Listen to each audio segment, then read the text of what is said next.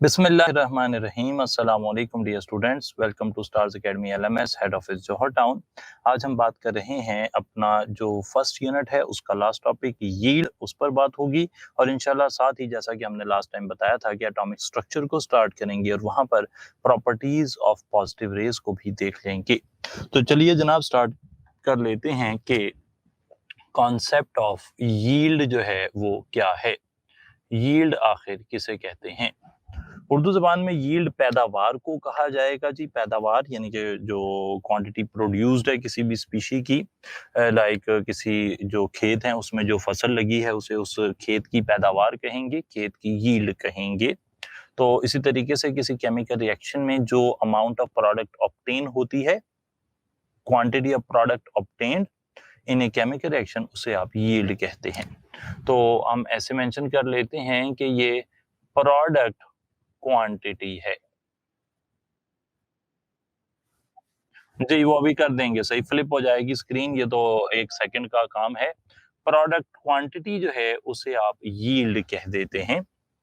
Product quantity दो तरह से हम निकाल लेते हैं। एक को हम कह देते हैं कि वो है थ्योरेटिकल यील्ड। थ्योरेटिकल यील्ड को मैं टी वाई से लिख रहा हूं। एक है एक्चुअल यील्ड, इसे मैं ए वाई से लिख रहा हूं। थ्योरेटिकल यील्ड हम कहेंगे ऐसी यील्ड को जो होगी product quantity from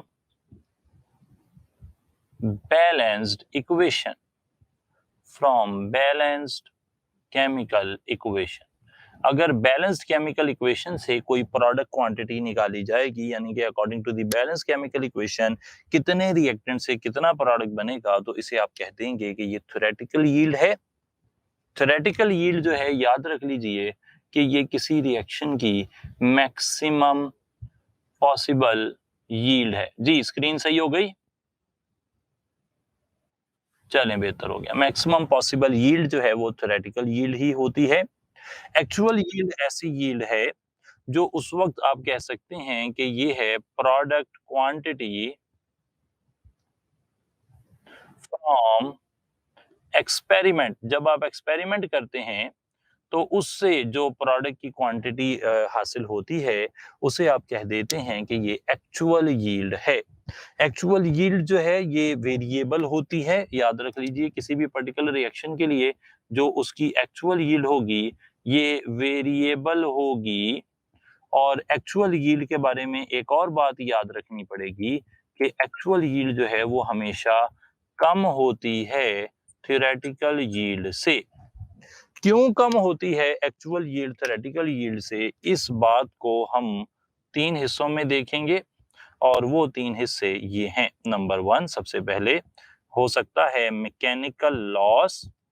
mechanical loss हो सकता है, यानी कि जब एक्सपेरिमेंट आपने किया तो कुछ ना कुछ क्वांटिटी जो है वो रिएक्शन के अंदर हैंडलिंग के दौरान में ज़ाया हो गई और उस वजह से यील्ड जो है वो कम हो गई है। दूसरा दूसरा बड़ा हिस्सा जो हो सकता है वो क्या हो सकता है? वो ये हो सकता है कि रिएक्शन के अंदर जो आप काम जो कर रहे हैं, जो वर्कर है, जो साइंसदान है या जो भी लैब अटेंडेंट है, वो इतना एक्सपीरियंस नहीं है और वो इनएक्सपीरियंस वर्कर जो है वो कुछ साइंटिफिक प्रोसेसेस लाइक सब्लिमेशन हो सकता है, लाइक क्रिस्टलाइजेशन हो सकता है, लाइक आपके पास जो है फिल्ट्रेशन हो सकता है, उसके अंदर लॉस कर रहा है केमिकल्स का और वो हैंडल नहीं कर रहा चीज़ों को अच्छे तरीके से। तीसरी वजह ये हो सकती है कि रिएक्शन के दौरान कोई साइड रिएक्शंस हो जाते हैं, ए से बी बनने की बजाय सी बन रहा है, इस वजह से भी यील्ड कम हो रही है। अभी तक जो चीज़ें मैंने आपके सामने रखी, यहाँ से हमें डिस्क्रिप्टिव टाइप ऑफ क्वेश्चन मिलेंगे। न्यूमेरिकल बेस्ड प्रॉब्लम अभी हम शुरू करने लगे हैं। तो क्या-क्या क्वेश्चन आ सकते हैं? आपको यील्ड की डेफिनेशन ऐसा चार ऑप्शंस की शक्ल में पूछी जा सकती है। थ्योरेटिकल यील्ड क्या होती है, इसके बारे में पूछ सकते हैं। आप कहेंगे ये quantity from balance chemical equation है। एक्चुअल यील्ड के बारे में चार ऑप्शन आ सकते हैं। ये है product direct quantity from experiment. जो थ्योरेटिकल यील्ड है ये मैक्सिमम पॉसिबल यील्ड होती है जी। एक्चुअल यील्ड हमेशा थ्योरेटिकल यील्ड से कम होती है। एक्चुअल यील्ड के कम होने के पीछे क्या रीजन है, या तो ऐसे सवाल पूछा जा सकता है, 3 रीजन कोई इररिलेवेंट होंगे, एक रीजन इनमें से होगा, आप कहेंगे इनमें से जो एक रीजन है वो सही है। दूसरा ऑप्शन क्या हो सकता है, एक्चुअल यील्ड के कम होने के पीछे कौन सा रीजन नहीं है, तो 3 रीजन ये होंगे, यानी कि मैकेनिकल लॉस, इनएक्सपीरियंस वर्कर और साइड रिएक्शन। चौथा कोई irrelevant like fast rate of reaction, ऐसे चौथा ऑप्शन डाल दे तो आप कहेंगे कि फास्ट रेट ऑफ रिएक्शन जो है वो एक्चुअल यील्ड को कम नहीं करता। जीरो ऑर्डर ऑफ रिएक्शन बिल्कुल इररिलेवेंट बातें हैं, यानी कि कोई भी चौथा इररिलेवेंट ऑप्शन डाल देगा, फॉल्स इंफॉर्मेशन डाल देगा, रॉन्ग इंफॉर्मेशन डाल देगा, तो आप फौरन से कह देंगे कि एक्चुअल यील्ड की थ्योरेटिकल यील्ड से कम होने के पीछे ये 3 रीजन हैं और इसके अलावा रीजन जो है वो कोई नहीं है। मजीद इसी तरफ आगे चलते हुए हमने 2 बातें और याद रखनी है कि जो एक्चुअल यील्ड है और थ्योरेटिकल यील्ड है, अगर आप ये रेशो निकालें तो एक्चुअल यील्ड क्योंकि हमेशा कम होती है, थ्योरेटिकल यील्ड हमेशा ज्यादा होती है, तो ये आंसर हमेशा 1 से कम आएगा। इसी तरीके से अगर थ्योरेटिकल यील्ड को आप ऊपर रखें, एक्चुअल यील्ड को नीचे रखें, तो ये आंसर हमेशा 1 से ज्यादा आएगा, क्योंकि थ्योरेटिकल यील्ड हमेशा 1 से ज्यादा होती है, ग्रेटर अमाउंट में होती है। तो अगर न्यूमरेटर बड़ा होगा, डिनोमिनेटर छोटा होगा, तो आंसर 1 से बड़ा आएगा।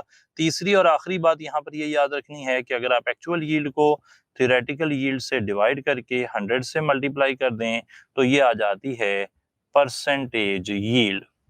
और ये भी याद रहे कि जो परसेंटेज यील्ड होती है उसी को आप कहते हैं कि ये है actually the efficiency of reaction. और ये क्वेश्चन हमें मिल सकता है पेपर के अंदर कि efficiency of reaction is expressed as, तो ऑप्शन हो सकते हैं actual yield, theoretical yield, efficiency of reaction, all of these. तो आप कह देंगे कि जो एफिशिएंसी ऑफ रिएक्शन है वो परसेंटेज यील्ड जो है, परसेंटेज यील्ड ऑप्शन हो सकता है। तो परसेंटेज यील्ड की शक्ल में efficiency of a chemical reaction जो है वो एक्सप्लेन होती है। ये आपने ध्यान में रखना है जनाब। और ये सारे जो डिस्क्रिप्टिव क्वेश्चन हैं, इनसे आगे चलते हुए मैं आपको एक बहुत ही अहम बात बता रहा हूं, और वो ये है कि आप जब भी कोई क्वेश्चन सॉल्व करेंगे यील्ड से मुतालिक, जैसा कि अभी मैं करवा भी दूंगा, उसमें जो आपको गिवन डाटा में यील्ड दी गई होगी वो एक्चुअल यील्ड होगी। फार्मूला का 100 ऐसे लग जाएगा, आपने कैलकुलेट करनी होगी थ्योरेटिकल यील्ड, और उससे आपको परसेंटेज मिल जाएगी। लास्ट ईयर जो क्वेश्चन आया हमें यहाँ से पेपर में, उसके अंदर हमें एक्चुअल यील्ड गिवन थी, 100 गिवन था, ठीक है जनाब। और बल्कि यहाँ से जो है एक्चुअल यील्ड निकालनी थी, एक्चुअल यील्ड कैलकुलेट करनी थी, परसेंटेज यील्ड दी गई थी और बताया गया था कि केमिकल रिएक्शन क्या हो रहा है। तो आपको वहां पर करना ये था कि आपको थ्योरेटिकल यील्ड कैलकुलेट करनी थी, फार्मूले में लगानी थी, उससे एक्चुअल यील्ड आ जाती। अभी मैं एक सिंपल सवाल आपसे यहाँ पर जिक्र करने लगा हूँ, इसे देख लेते हैं। और ये सवाल आपके सामने वो कहते हैं जी, बैलेंस केमिकल इक्वेशन ये कहती है कि नाइट्रोजन 3 हाइड्रोजन से मिलकर बना रहा है 2 अमोनिया। अच्छा, ये सवाल देख लें कि ये ना प्रेप बुक के अंदर हमारी ये सवाल मौजूद है, और वहां पर हमें बताता है कि आपने जब ये रिएक्शन करवाया तो इस रिएक्शन के अंदर अगर मैं आपको बता दूं कि 21 मोल जो हैं ऑफ हाइड्रोजन वो रिएक्ट करते हैं जब, तो उनसे हासिल होते हैं 7 मोल अमोनिया। तो आपने बताना ये है कि इस रिएक्शन में परसेंटेज यील्ड जो है वो आखिर क्या है। ये सवाल आ गया मिसाल के तौर पर। तो अब मैंने जैसे आपसे जिक्र किया कि आपको जो यील्ड दी गई है अमोनिया की वो क्या है, वो एक्चुअल यील्ड है। फार्मूले का 100 हमारे पास है, परसेंटेज यील्ड हमने निकालनी है। तो अगर हम थ्योरेटिकल यील्ड निकाल लें तो हमारा आंसर आ सकता है। और थ्योरेटिकल यील्ड कैसे निकलती है, बैलेंस्ड केमिकल इक्वेशन से। बैलेंस्ड केमिकल इक्वेशन जो है वो स्टोइकियोमेट्री बेस्ड है। एक चीज गिवन है, एक चीज रिक्वायर्ड है। आप देखेंगे कि यहाँ पर आपको 3 मोल हाइड्रोजन के अगर बैलेंस्ड इक्वेशन में दिए गए हों तो उससे अमोनिया बनती है 2 मोल। अगर 1 मोल हाइड्रोजन हो तो अमोनिया बनती है 2/3। और अगर 21 मोल हो तो उससे बनेंगी 2/3 मल्टीप्लाइड बाय 21, 3 1 3, 3 7 21। तो 14 मोल अमोनिया बननी चाहिए। Maximum yield of ammonia from balance chemical equation आ गई 14 मोल। एक्चुअल यील्ड अब आपके पास कितनी है? 7 मोल। ये गिवन डाटा में दी गई। थ्योरेटिकल यील्ड आपने निकाल ली 14, मल्टीप्लाई किया 100 से, ऑप्शन आप देख लेंगे 50% आंसर आ गया। और 50% आंसर के साथ प्रेप बुक के अंदर ये ऑप्शन दिया हुआ है और उसमें ऑप्शंस बनाए हुए हैं 60%, 50%, 40%, 70%। तो यहाँ पर आपने देखा कि 50% जो है वो यील्ड आ रही है। इसी तरीके से जैसे जैसे परसेंटेज यील्ड ज्यादा होती जाएगी वैसे वैसे एफिशिएंसी ऑफ केमिकल रिएक्शन भी ज्यादा होगी, और जैसे जैसे एफिशिएंसी ऑफ केमिकल रिएक्शन ज्यादा होगी आप कहेंगे कि जो एक्चुअल अमाउंट है प्रोडक्ट की वो थ्योरेटिकल अमाउंट के करीब करीब पहुंच रही है। ये सब बातें थी जनाब आज का जो हमारा पिछला टॉपिक जो हमने मुकम्मल किया उसकी, और अब हम नई बात पर आ गए हैं और नई बात है एटॉमिक स्ट्रक्चर। जी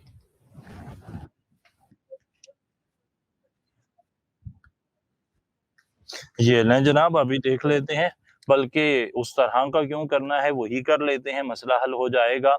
तो वहां पर सवाल ये आया था कि आपके पास मौजूद है एक कंपाउंड और उस कंपाउंड का नाम है ये इक्वेशन थी जी, CH3 CH CH3OH, इसे 2 प्रोपेनॉल कहते हैं।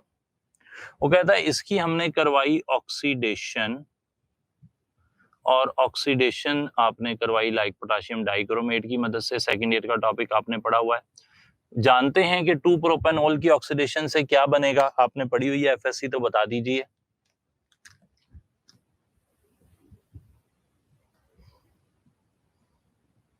क्या बनेगा जी? कीटोन बनेगी। क्या नाम होगा कीटोन का?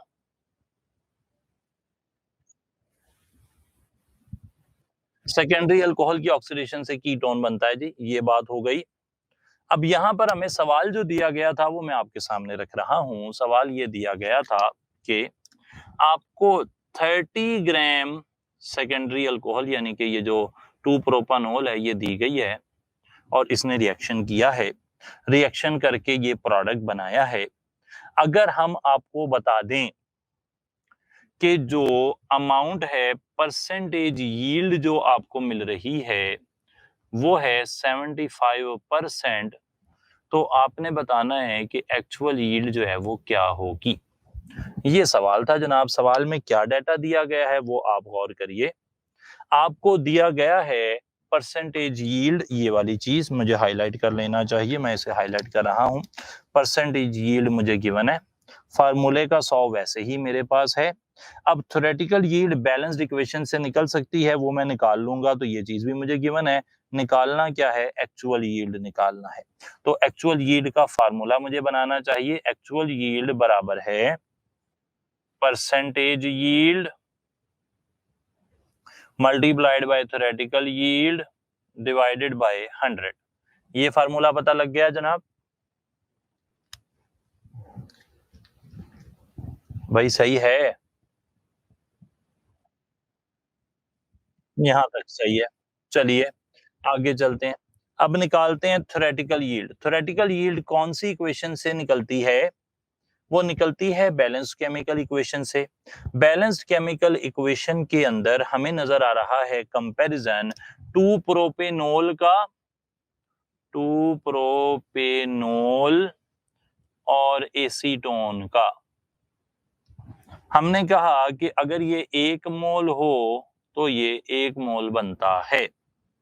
1 मोल का मतलब आप काउंट कर लें, कार्बन 12 और 3 15, 27, 28, 31, 31 के बाद 12 लगाएंगे तो कितने हो जाएंगे? 43, 44, 60 जी। ये 60 ग्राम होगा। तो ये कितने बनेंगे? ये देखिए 12, 24, 36 ये हो गए, और 6, 42 और 16 58 ग्राम बनेंगे जी, 58 ग्राम बनेंगे।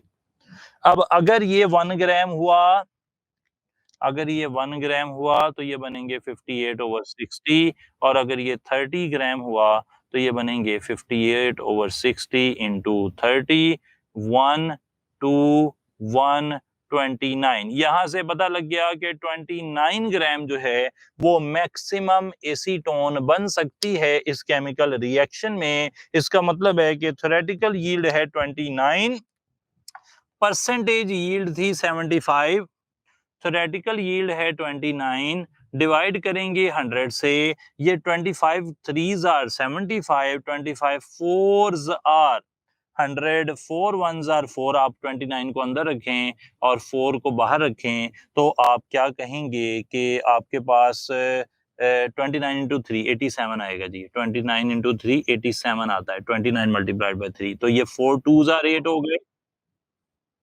जी जी,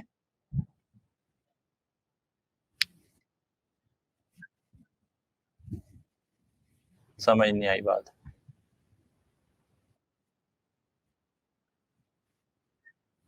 हम्म, तो ये कैलकुलेशन कैसे होगी? लें जनाब, देख ये मैं कर देता हूँ हजरत, कौन सी परेशानी की बात है। आपने यहाँ तक तो नोट कर लिया ना कि 75 ऊपर है, 29 ऊपर है, 100 नीचे है। आपके पास कैलकुलेटर नहीं है, आप 25 का टेबल ना पढ़े, आप 5 का पढ़ लें। 5 15s आ रही है तो सबको पता होता है, 5 20s आर 100, ये भी हो जाएगा। 5 3s आर 15, 5 4s आर 20, तो 3/4 इंटू 29। 29 को 3 से मल्टीप्लाई करना भी कोई मुश्किल नहीं है। 9 3s आर 27 आ गए, और ये ऐड कर लें 87 आता है। तो 87 तक तो आप कर सकते हैं, मुझे लगता है कोई मुश्किल नहीं है। 4 बाहर है, इसको भी डिवाइड करना आपको छोटी क्लासेस में सिखाया गया है। 4 2s आर 8 होते हैं, और यहाँ पर पॉइंट लगा के 0 लगा लें, बल्कि यहाँ पे तो जरूरी नहीं है, 4 1s आर 4 हो जाएगा। ये आ गया तो काफी है काम। 21 की रेंज में आंसर है। 4 ऑप्शन थे, उनमें से एक आंसर था 21.75 ग्राम, और यही सही आंसर था। क्यों ये सही आंसर था?